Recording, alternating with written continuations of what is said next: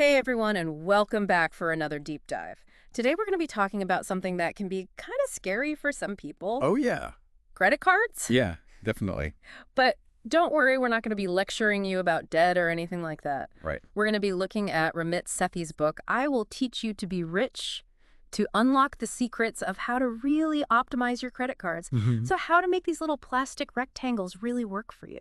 You know what I think is really cool about Sethi's book? What's that? He doesn't shy away from credit cards. Yeah. He really kind of embraces using them and encourages us to really use them to our advantage. He's giving us permission to play the game, but this time we're going to win. Yeah, exactly. And he really stresses that understanding credit is like a huge win when it comes to personal finance. Okay, so before we get into all that good stuff, how to win, let's just break down some basics. Okay. Sethi starts out by explaining the difference between a credit report and a credit score. Right, because a lot of people get those mixed up. So think about your credit report as like a transcript of your financial life. It has all the good, the bad, the ugly, your loans, your payments, everything. Right. And then your credit score is like your GPA. So it's like this one number that's taken from all that data. Yeah. And that's what lenders use to kind of quickly figure out if you're good with money or not. So it's kind of like the SATs of personal finance. Oh, yeah, exactly. But it has Yeah. real-world consequences. Yes, definitely. And they can be pretty big.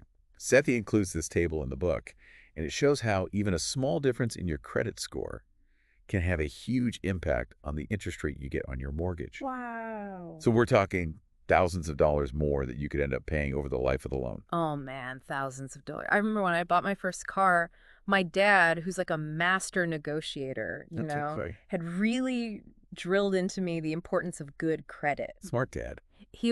But even though I had good credit, Uh-huh. the dealer still wouldn't give me the best rate because I didn't have enough credit sources. I ended up paying like $2,000 extra over the life of the loan just because I didn't have enough credit history. Yeah, that's the catch-22 that a lot of people find themselves in. Right. You need credit to build credit, Yeah. but it also shows how important it is to start building it early. Yes. Definitely learned that the hard way. But it really made me realize how powerful credit can be. Mhm. So how do we harness that power? What's Sethi's secret? Well, it's all about using them to your advantage Yeah. and not letting them use you. Okay. A big part of that is understanding the psychology behind these credit cards. I think one of the biggest mistakes that people make is just being afraid of them.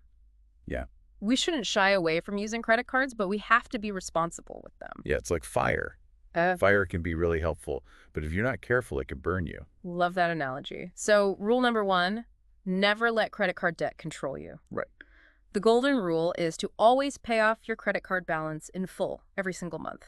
Yes, because carrying a balance, even a small one, it can get out of control quickly. It can spiral. He gives this really crazy example. Right? Imagine if you finance a $10,000 furniture purchase on your credit card Oh, wow. and you're only making the minimum payments. Oh.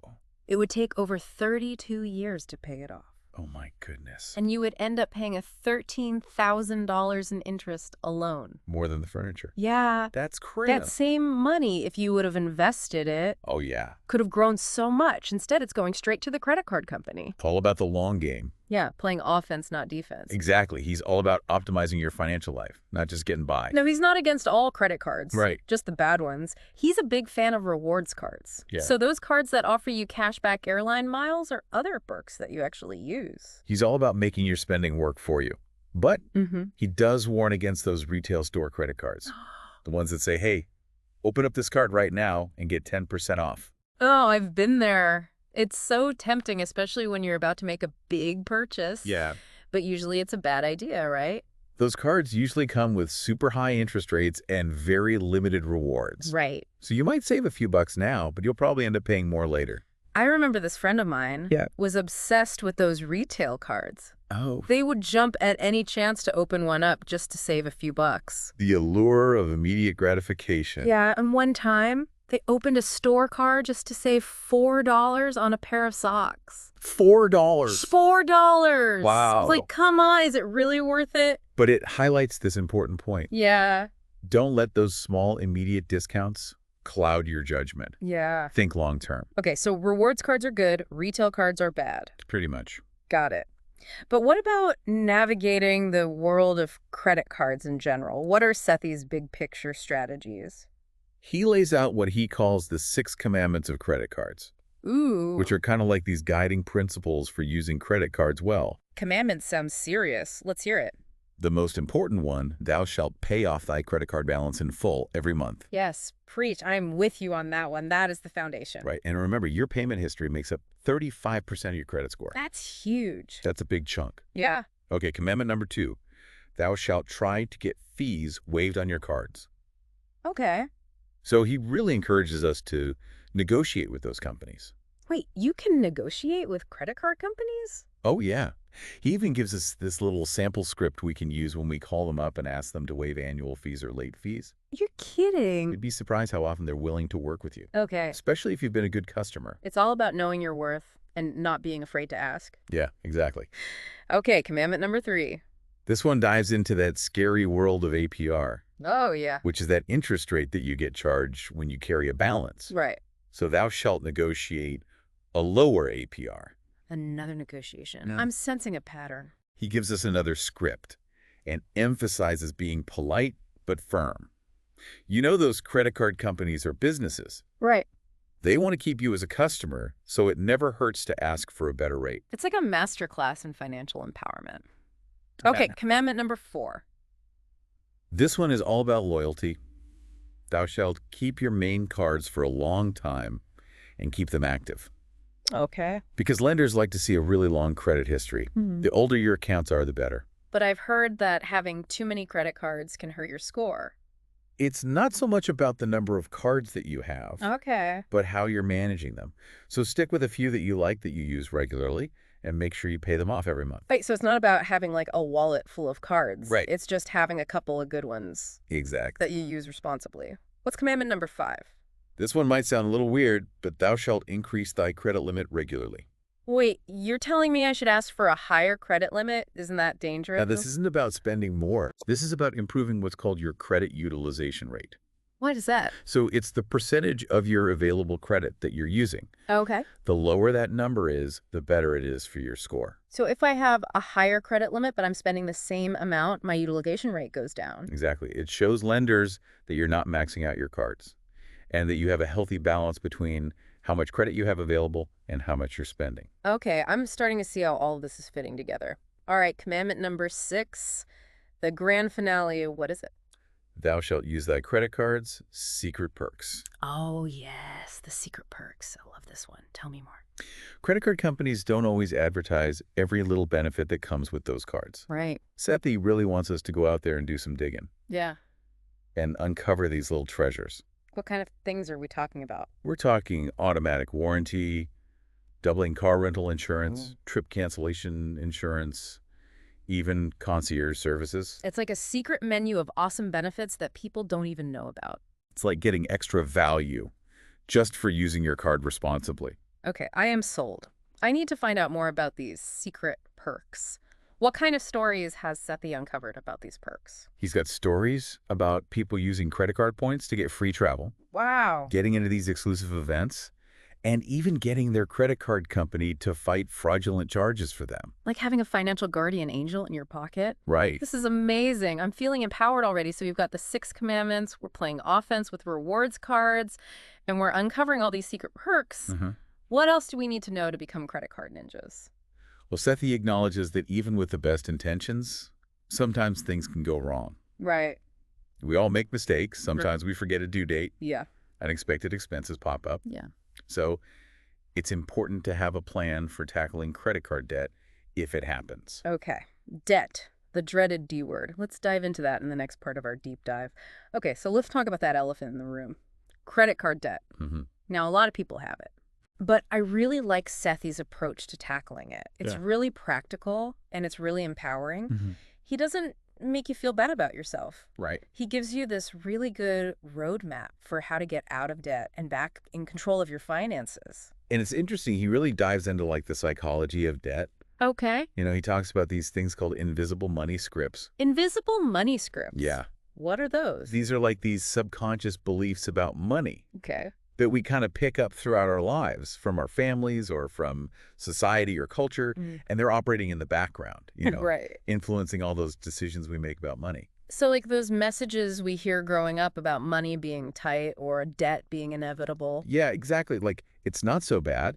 Everyone has credit card debt. Right. Or, I deserve to treat myself even if I can't really afford it. Oh, I've definitely caught myself thinking those things before. Yeah, and those scripts can really lead us down a slippery slope of avoidance and justification. Yeah, making it even harder to face our debt and take control. It's like we're running on autopilot, just following those old patterns. Without even questioning them. And speaking of revealing truths, Okay. he shares this statistic. Right. A lot of Americans are more comfortable talking about their sex lives than their credit card debt. Seriously. I know it's kind of crazy, but it really shows you that stigma around debt. Right. That shame and secrecy. Yeah, it keeps people from getting help or even talking about it. But like with any problem, the first step is acknowledging it, right? Right, bringing it out in the open. And that's where Sethi's 5-step plan comes in. All right, give us the blueprint. Step 1 is face reality. Okay. You got to gather up all those statements, call those companies, and make a list of exactly what you owe. No more hiding from those numbers. No more head in the sand.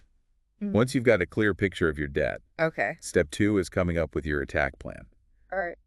There are 2 main approaches that he explains: the standard method Yeah. and the Dave Ramsey snowball method. Okay, break it down. What's the difference? The standard method is all about efficiency. You focus on paying down the debt with the highest interest rate first. Okay, makes sense. Attack the biggest drain first. Exactly. But the snowball method, Yeah. that takes a different approach. It's all about momentum. Okay. So you focus on paying off the smallest debt first, no matter what the interest rate is. Why that order? Psychological. Right. When you knock out that small debt quickly, you get this feeling of accomplishment, this quick win that motivates you to keep going. Yeah, it's like the satisfaction of crossing something off your to-do list. Exactly. And that feeling can be really powerful, especially when you're dealing with something as big as debt. So which method is better? Both of them have their pros and cons. Okay. The standard method, it's definitely more efficient mathematically. Right. But the snowball method, that can be more effective for people who need that extra boost. So it's really about finding what works for you. It's exactly. Okay, so step 3. Thou shalt negotiate a lower APR with your credit card companies. Hold on, you're saying we can negotiate with them to get a lower interest rate? You absolutely can. Right. Sethi gives us a script that we can use to walk us through the whole process. Okay. You just got to explain your situation politely but firmly, and you'd be surprised how often they're willing to work with you. It's really empowering to know that we have more leverage than we think. Exactly. Okay, step 4. Now it's time to figure out where the money to pay off this debt is going to come from. All right. Now he doesn't recommend dipping into your retirement funds or using your home equity, because that just adds more complexity and risk. So where should we find the extra cash? He really emphasizes cutting back on spending and making debt repayment a priority. So it's about making a conscious choice. Yeah. Shifting your mindset from, I can't afford to pay off my debt, to, I'm choosing to make this a priority. Exactly. It's all about taking ownership. Right. Even small changes, like cutting out unnecessary expenses or picking up a side hustle, can make a big difference over time. Small wins add up. All right, step 5, the final step. Let's hear it. Get started. Okay. Take action. Don't get stuck in analysis paralysis. Let's do it. You got to make a plan. Yeah. Choose a method and start making those extra payments. It's about building momentum. Exactly. And to show you that it can be done, he shares all these inspiring stories from people who've used his methods to get out of debt. It's really encouraging to see that it's possible. Yeah, and he doesn't just focus on the practical stuff. He talks about the emotional side of debt, too. Right, because it can be a huge source of stress. It can. What does he suggest we do about that? Well, he encourages us to be kind to ourselves. Okay. Everyone makes mistakes. And it's important to focus on progress, not perfection. So it's about reframing debt from like a personal failing to a challenge that can be overcome. Exactly. And you're not alone in this journey. Right. There are resources out there to help. He also dives into student loan debt, which I know is a huge burden for a lot of people. Yeah, it is. What does Sethi have to say about tackling those? He has a similar approach. Okay. You got to be proactive.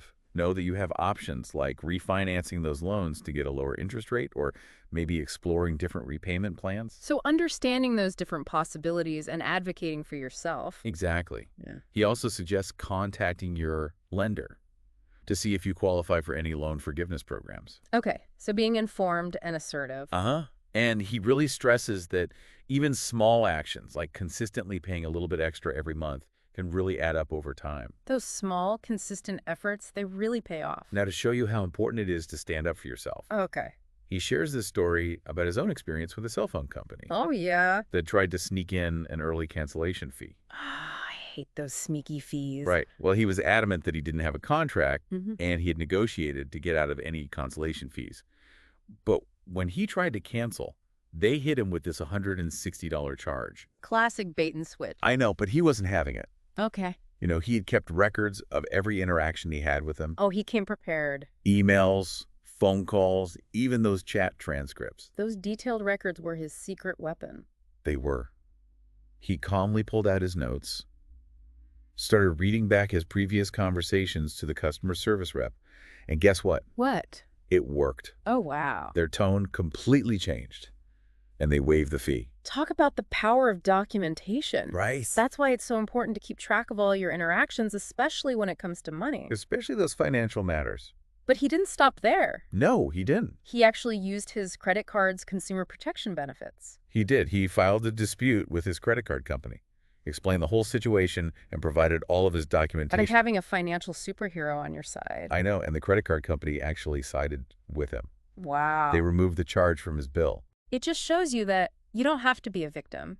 You know there are resources available to protect you. He wants us to be informed about our rights and not be afraid to use them. Now, I know a lot of people get frustrated when they're trying to improve their credit score, Yeah. and then all of a sudden it drops. It can be disheartening.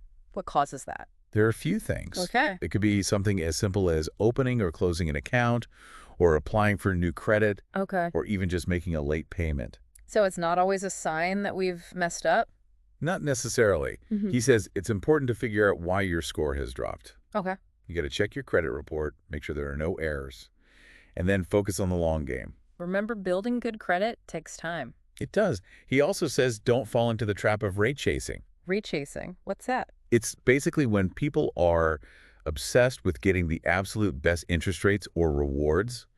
They're constantly opening and closing accounts, transferring balances. That sounds exhausting. It is. And he says it's usually not worth it. Okay. You might get some small gains, but all that activity can actually end up hurting your score.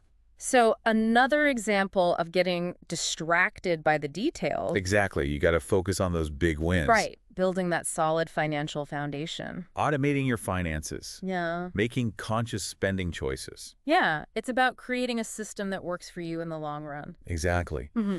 And he shares this story about a reader who was obsessed with getting the best interest rates on their savings accounts. Okay. They were constantly moving their money around. The classic rate chaser. Yeah, they were earning a little extra interest, but they were spending so much time and energy on it. Right. Sethi pointed out that they could probably make a lot more money Yeah. if they focused on other things like learning new skills or starting a side hustle. It's all about recognizing those opportunity costs. Exactly. You got to be strategic with your time and your energy. Focus on the things that'll have the biggest impact. He wraps up this whole section on debt by reminding us to focus on those big wins, the actions that really matter. So not just penny pinching or stressing about every little detail. Right. It's about making the biggest difference. He also says that while it's important to be mindful of our spending, we shouldn't be depriving ourselves or constantly worrying. Yeah, it's all about balance. Right. He paints this funny picture of those internet forum discussions. Yeah. You know, where people are talking about saving and debt, Mm-hmm. and they're all competing to see who's the biggest victim. Oh, I've seen those threads. It's like a race to the bottom. And he points out that those conversations are usually just filled with negativity and blame. Yeah, it's a classic example of playing the victim role. Exactly. And it reminds us that while external factors can definitely play a role, Right. we have the power to control our own financial destinies. It's about focusing on what we can control, Exactly. not what we can't. He wants us to be proactive, seek out knowledge, and take action. Even small steps can lead to big results in the long run. It's about empowerment. He wants us to believe in ourselves and our ability to create a brighter future. He's basically saying, hey, you're not defined by your debt. You have the power to change your story. Right. And speaking of changing stories, Sethi shares some amazing reader success stories. Oh, yeah. Like people who used his principles to pay off tons of debt, buy their dream homes, and achieve financial freedom. It's so inspiring to see how real people have transformed their lives using this It advice. really proves that point, knowledge is only as good as its application. Right. You got to take action. Put these principles into practice. Okay, now I have a confession to make. Okay. I'm not perfect when it comes to credit cards. I've definitely fallen into some of those traps that Sethi warns us about. Like what? Like that time I totally forgot about my credit card due date. Oh, we've all been there. Not only did I get hit with a late fee, but they also charged me interest for that month's purchases and the previous month's. Ouch, a double whammy. You know, it was like a financial punch in the gut. I almost just accepted it. Yeah. But then I remembered what Sethi said about negotiating. Okay. So I took a deep breath, called them up, and explained that I'd always been a good customer, always paid on time before, and asked if they could do anything about those fees. And you know what? What? They waived the entire late fee. Wow. They even refunded me $20 of the interest charges. That's awesome. I know, it was a real aha moment for me. I realized I don't have to be a passive bystander in this credit card game. Right. I have the power to take control. That's the key takeaway here, empowerment. Sethi wants to give you the knowledge and the strategies to really take charge of your finances. So as we wrap up our deep dive into the world of credit cards, what's one insight that's really stuck with you? You know, I think for me, it's his focus on mastering your money psychology. Yeah. He's right. You know, our beliefs and attitudes about money, they can really make or break our financial success. It's a true financial freedom starts with an internal shift. Right. You got to understand those invisible money scripts. Yeah, you got to become aware of those limiting beliefs, challenge them, and consciously choose a more empowered mindset. It's about seeing money as a tool for creating the life you want. Exactly. Not something to be scared of or stressed about. And that's a powerful message. It is. We have the power to change our relationship with money and create a more abundant future. Absolutely. And while we focused on credit cards today, Right?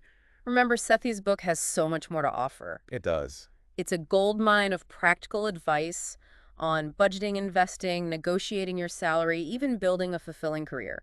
So we highly recommend checking out the full book. But for now, what's one small action you can take today to start optimizing your own credit? Maybe it's checking your credit score, setting up automatic payments, or calling your credit card company to see what kind of perks they're hiding from you. Remember, every step you take, no matter how small, moves you closer to a brighter financial future.